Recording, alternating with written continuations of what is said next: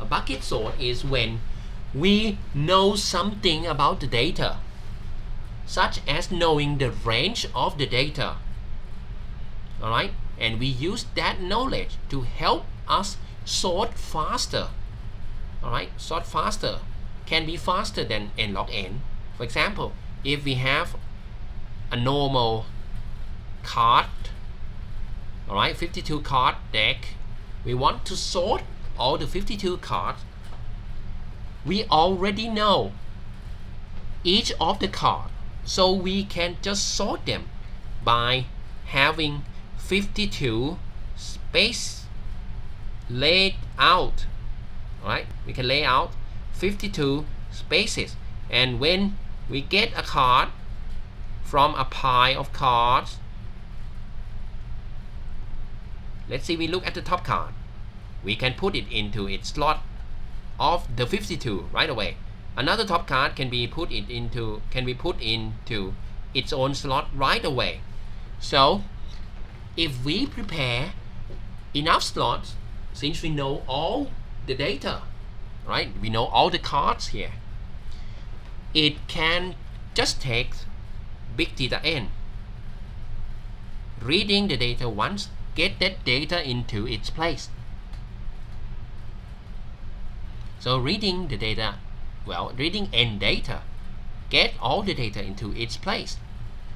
So with the knowledge of the data, of what the data will be, of the range that the data will have, we can sort even faster. Alright, so that's one way of one example of a bucket sort. Well, let's say we have n numbers. The range of number value is 1 to m, right? So we can order them by, well, the range of number is 1 to m, right? So we create an array that store the frequency, then frequency of 1, frequency of m.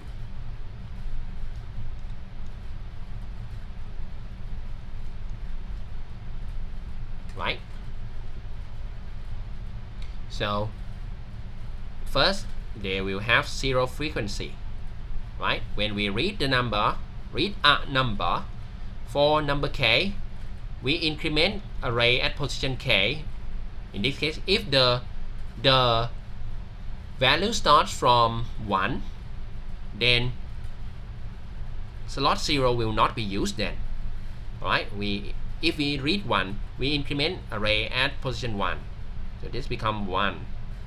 And 2 if we find another 1. 3 if we find yet another value 1, and so on. Alright, we then store the frequency array.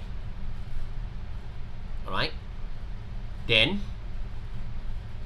meaning the data is already sorted. Alright, but in a representation of a frequency array. Alright, so the time for sorting the array, for making a frequency array, is big theta n, right? Reading and making or updating the frequency array, reading from the original array. Alright, and we can then read this array, read this frequency array 0 to m, and get the result sort array. Alright, so this will, be reading for each slot. Alright, reading for each slot,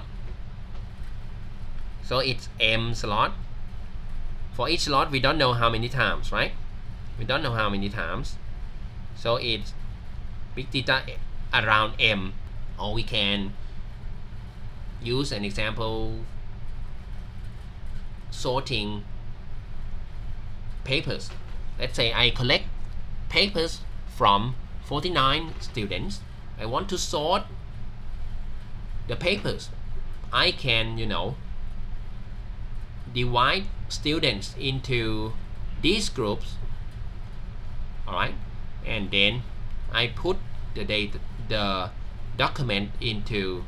papers into each of these and then sort them. So the bucket will help reduce the number of things that I need to sort in each one, right? So it can be done quicker.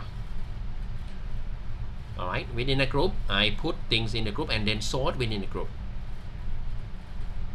Then after sorting in a group, I simply put the group in sequence.